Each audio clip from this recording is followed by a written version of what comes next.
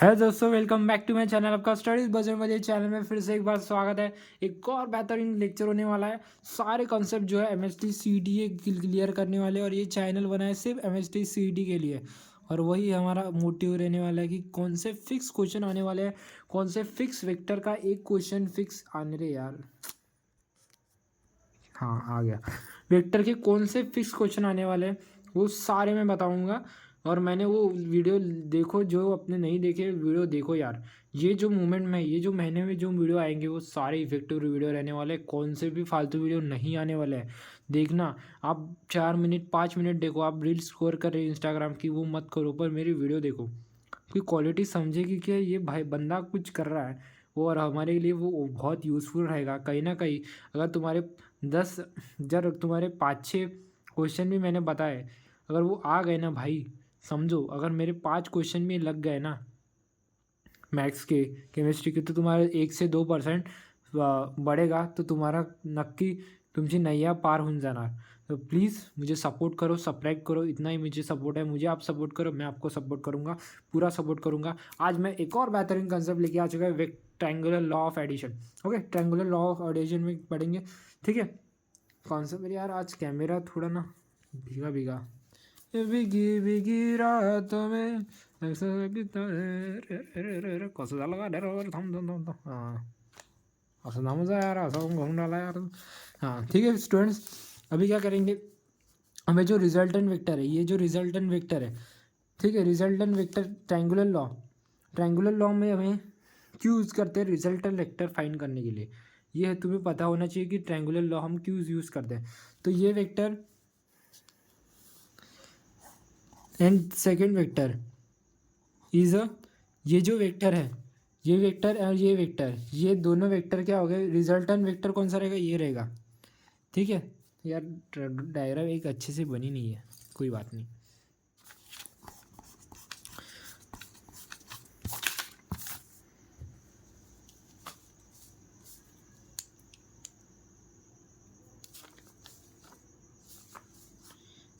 Vector A and B, ये क्या है, वेक्टर ए है और वेक्टर बी है। एंड ये जो रहेगा, ये जो रहेगा, ये क्या है, रिजल्टेंट वेक्टर है। ये कौन सा वेक्टर है, रिजल्टेंट वेक्टर है, किसका, ए और बी का। कौन सा वेक्टर, किसका रिजल्टेंट वेक्टर है, ए और बी का। ए और बी का रिजल्टेंट वेक्टर है, तो मैं इसे R equals to A plus B लिख सकता हूँ क्या, R equals to A plus B लिख सकता हूँ। ठीक है, तो यही हमारा इम्पोर्टेंट फॉर्मूला है। ठीक है, अभी मैं आपको एक क्वेश्चन कराऊंगा। ठीक है, एक क्वेश्चन मैं आपको कराता हूँ। ओके, और रिजल्टेंट वेक्टर पे रुको, रिजल्टेंट वेक्टर पे एक क्वेश्चन कराता हूँ। उसके ऊपर हम एक क्वेश्चन करते हैं, तो आपको और ज़्यादा कॉन्सेप्ट पे क्लियर आएगी। ठीक है,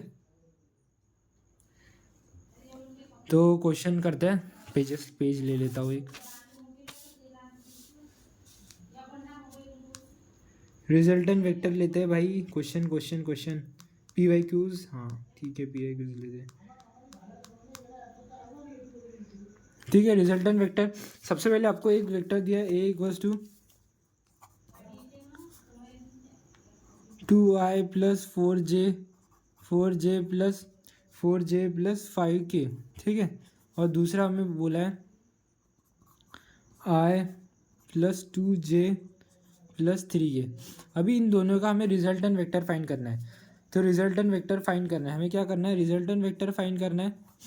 ठीक है, तो कैसे रिजल्टेंट वेक्टर फाइंड करोगे, ठीक है, रिजल्टेंट वेक्टर कैसे फाइंड करोगे, मैंने पहले बोला था क्या, इन दोनों का एडिशन करना पड़ेगा। देखो हमारा लॉ भी यही बोल रहा है, रिजल्टेंट वेक्टर क्या, is addition of A and B vector. अगर तुम ए एंड बी वेक्टर का एडिशन करते हो तो तुम्हें रिजल्टेंट वेक्टर मिल जाता है। तो हमें यहाँ पे ए और बी है, इन दोनों का एडिशन कैसे करोगे, सिंपल वे, 2 + 3, 2 + 1 3, 2 + 1 कितना होता है, 3i होता है। 4 + 6i 6z होता है, और ये कितना होता है, माइनस है भाई, 5 माइनस ये माइनस का साइन है, और +3 बीच में माइनस तो ठीक है, ये माइनस माइनस फिर से प्लस हो जाएगा। तो ये ग्रेटर साइन है, ग्रेटर का साइन आएगा तो -2 k, this is known as a resultant vector. तो यही मेरा ये था। ठीक है, मैंने आपको एग्जांपल के साथ बताया कि अगर हमें रिजल्टेंट वेक्टर निकालना है तो हमें दो वेक्टर का एडिशन करना पड़ेगा। और ट्रायंगुलर लॉ उसे ही बोलते हैं हम, क्यों ट्रायंगुलर लॉ का इस्तेमाल क्यों करते हैं, हमें रिजल्टेंट वेक्टर फाइंड करना है। अभी मुझे यूनिट वेक्टर भी पढ़ाना है, वो भी मैं उसके ऊपर भी क्वेश्चन बताता हूँ, पर मैंने हमें ट्रायंगुलर लॉ तो हमें पढ़ा दिया। अभी हमें हमारा देखते हैं, अभी यूनिट वेक्टर निकालना भी देख लेते हैं, क्योंकि मैं उसके ऊपर क्वेश्चन, यूनिट वेक्टर क्या होगा, what is mean by unit vector. ठीक है, यूनिट वेक्टर क्या होगा,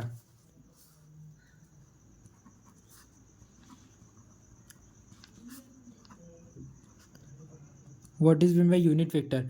अगर तुम्हें समझ लो तुम्हें ए वेक्टर है, तो हम ए वेक्टर है, ठीक है, ए वेक्टर है, ठीक है। अगर तुम्हें इसका यूनिट वेक्टर निकालना है, अगर तुम्हें इसका यूनिट वेक्टर निकालना है तो सबसे पहले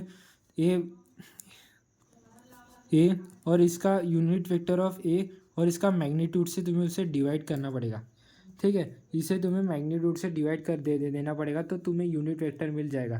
ठीक है, ए कैप बोलते हैं, a cap of a vector and magnitude divide by magnitude of a vector.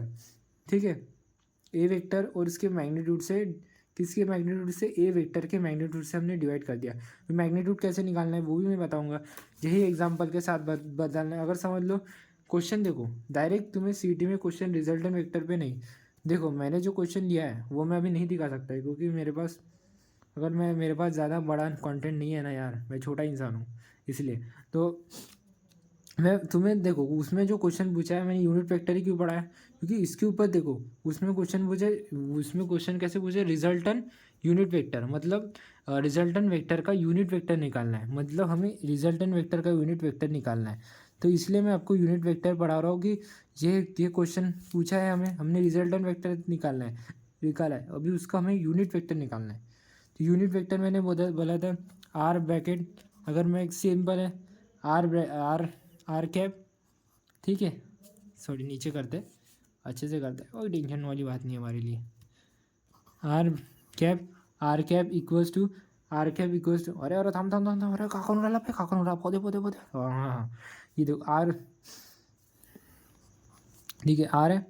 अभी हमें क्या करना है, सिंपल सा जो हमारा आर वेक्टर है वो लिख देना है, R equals to R I plus six Z minus two K, और उसके मैग्नीट्यूड से हमें डिवाइड करना है। तो मैग्नीट्यूड क्या है, सिंपल सा स्क्वायर रूट में हमें डालना है, सारी चीज़ों को स्क्वायर रूट में डालना है, स्क्वायर रूट में डालना है, स्क्वायर लेके।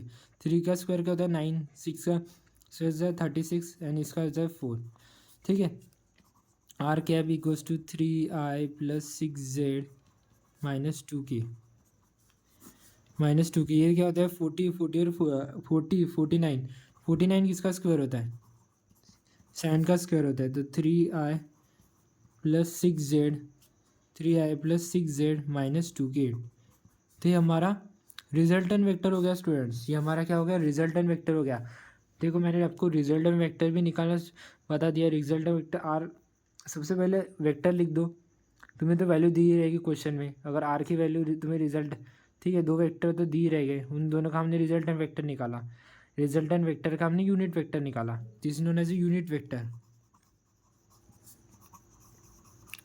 ये क्या है, यूनिट वेक्टर है, ठीक है, यूनिट वेक्टर है, ठीक है, यूनिट वेक्टर है किस, ठीक है, ये क्या है, यूनिट वेक्टर है, यूनिट वेक्टर है। तो हमने यूनिट वेक्टर किसका निकालना, रिजल्टेंट वेक्टर किसका कैसे निकाला, दो वेक्टर का एडिशन किया, उनसे हमें रिजल्टेंट वेक्टर मिला, रिजल्टेंट वेक्टर का हमें यूनिट वेक्टर फाइंड करना था।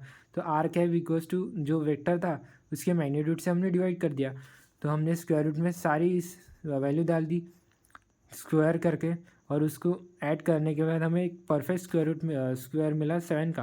दैट्स वाई हमें यूनिट वेक्टर निकालना है। स्टेट बोर्ड में कुछ डायरेक्ट क्वेश्चन पूछते हैं यूनिट वेक्टर के ऊपर। ठीक है, वीडियो अच्छी लगी वीडियो को लाइक कर देना, सब्सक्राइब कर देना, मिलते हैं नेक्स्ट वीडियो में, बाय।